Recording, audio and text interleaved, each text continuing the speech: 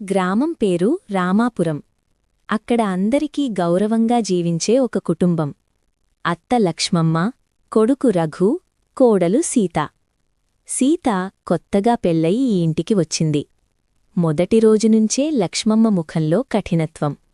మొదటి రోజు సీత వంటగదిలో భయంగా నిలబడి ఉంది. లక్ష్మమ్మ: ఏంటమ్మా, వంట చేయకుండా బిత్తరిచూపులు చూస్తున్నావ్? నీకు వంట చేయడం కూడా రాదా? వస్తుందత్తయ్యా, మొదటి రోజు కదా, మీ పని నాకింకా అలవాటు కాలేదు. అలవాటు కావాలి అంటే ఎలా? అత్తగారింటికి వచ్చాక అన్ని పనులూ చెయ్యాలి. రఘు మధ్యలో: అమ్మా, ఇంటికి కొత్త కదా, కొంచెం టైమివ్వు, నేర్చుకుంటుందిలే. నువ్వు నోరు మూయిరా, నీకేం తెలీదు. ఇంటి పనులు నేర్చుకోకపోతే ఎలా అని అంటుంది. అది చూసిన సీత మనసులో మా ఆయన్నే లెక్కచేయడం లేదు, ఇంకీ ఇంట్లో నన్ను లెక్కచేస్తుందా? మా అత్తయ్యతో జాగ్రత్తగా ఉండాలి అని అనుకుంటుంది. రోజులు గడుస్తున్నాయి. రోజురోజుకీ సీతతో కఠినంగా ప్రవర్తించేది. ప్రతిరోజూ సీత ఏమీ తప్పు చేయకపోయినా ఏదో ఒక వంకలు పెట్టి తిట్టేది. ఒకరోజు సీత చేసిన వంటలను చూస్తూ: ఉప్పు ఎక్కువైంది, ఇడ్లీ కాస్త ముద్దగా లేదు. ఏంటమ్మా ఈ వంటలివి? ఎవరైనా తింటారా? నీ అమ్మ నీకేం నేర్పలేదా అని అంటుంది. అది విన్న సీత కన్నీరు పెట్టుకుని ఇంకక్కడ్నించి ఏడ్చుకుంటూ తన గదిలోకి వెళ్ళిపోతుంది. అది చూస్తూ కూడా ఏమీ అనలేకపోయాడు రఘు.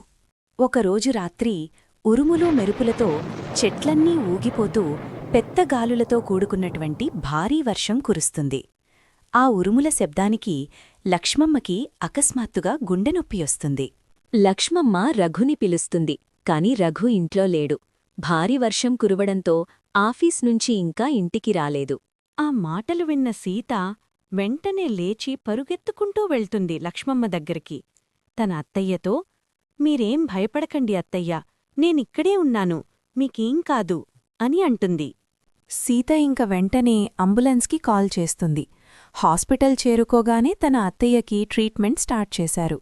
ఇంక బయట సీత టెన్షన్ పడుతూ: భగవంతుడా, నా అత్తయ్యకేమీ అవ్వకుండా చూడు తండ్రి అని దేవుణ్ణి ప్రార్థిస్తుంది.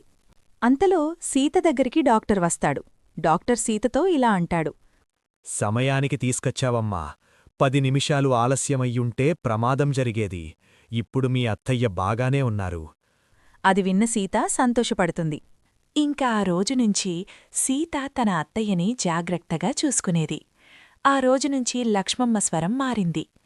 అమ్మా సీత, ఒక్క నిమిషం ఉండు అంటూ పిలుస్తుంది. నువ్వేనా అమ్మా నన్ను కాపాడింది? నిన్ను ఇన్ని రోజులు చాలా మాటలన్నాను. నిన్ను ప్రతిరోజూ చాలా ఇబ్బంది పెట్టేదాన్ని. అలాంటిది అవన్నీ మనసులో పెట్టుకోకుండా కాపాడేవు. నన్ను క్షమించు తల్లీ. అయ్యో, మీరు బాధపడకండత్తయ్యా. మీరు నన్ని ఎన్ని మాటలన్నా నా అత్తయ్యనే కదా అనేది. అనుకున్నాను, మీరు నాకీ అమ్మలాంటివారు. ఎలా వదిలేస్తాను? అలా కాదు అమ్మా. నువ్వు నానుంచి నా కొడుకుని ఎక్కడ దూరం చేస్తావో అని ఒక చిన్న భయం ఉండేది. అందుకే నీతో అలా ప్రవర్తించాను.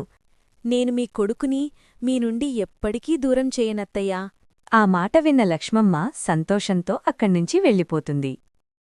నల్లమల ఫారెస్ట్ అంటే నల్ల ఉంటుంది అనుకున్నాం, కానీ నల్లగా లేదు, తెల్లగానే ఉంది. ఎందుకంటారు? యా. ఇంకా ఆ రోజునుంచి సీత నీ కూతురులా చూసుకుంటుంది. ఒకరోజు లక్ష్మమ్మ, సీత ఇద్దరూ కలిసి సంతకి వెళ్లి వస్తుంటారు. ఎప్పుడూ ద్వేషించే తన కోడలితో నవ్వుతూ రావటం గమనించిన గ్రామస్తులు ఆశ్చర్యపోయారు. ఒకరోజు పక్కింటి అనామిక లక్ష్మమ్మతో ఇలా అంటుంది: ఏంటి లక్ష్మమ్మ, కోడలిని అంత ప్రేమగా చూసుకుంటున్నావు? అవునే అనామిక, ఇంతకాలం నా కోడల్ని తప్పుగా అపార్థం చేసుకున్నా. అలాంటి కోడలు దొరకడం నా అదృష్టమని అంటుంది. మరుసటి రోజు ఉగాది పండుగ వచ్చింది. ఊరంతా పండుగ వాతావరణంతో కలకలలాడింది. పిల్లల నవ్వులు, కొత్త బట్టల సందడి, ఇళ్ల ముందున్న ముగ్గులు చూసి ప్రతి ఇంట్లో ఆనందం వెల్లివిరిసింది. సీత కూడా ఉదయాన్నే లేచి ఇంటి ముందు అందమైన ముగ్గు వేసింది. తర్వాత వంటగదిలోకి వెళ్లి ఉగాది ప్రత్యేక వంటకాలు, పులిహోర, బొబ్బట్లు, ఉగాది పచ్చడి అన్నీ ప్రేమగా తయారుచేసింది. ఇల్లు అంతా పండుగ సువాసనతో నిండిపోయింది. అన్ని పనులు పూర్తి చేసిన తర్వాత సీత పూజాగదిలోకి వెళ్లి దేవుడికి దీపం వెలిగించి భక్తితో పూజ చేసింది. ఈ సంవత్సరం మా ఇంటికి సంతోషం, ఆరోగ్యం రావాలి అని మనస్ఫూర్తిగా ప్రార్థించింది. పూజ అయిపోయిన తరువాత సీత తన అత్తయ్య దగ్గరకు వెళ్లి వినయంగా నమస్కారం చేసింది.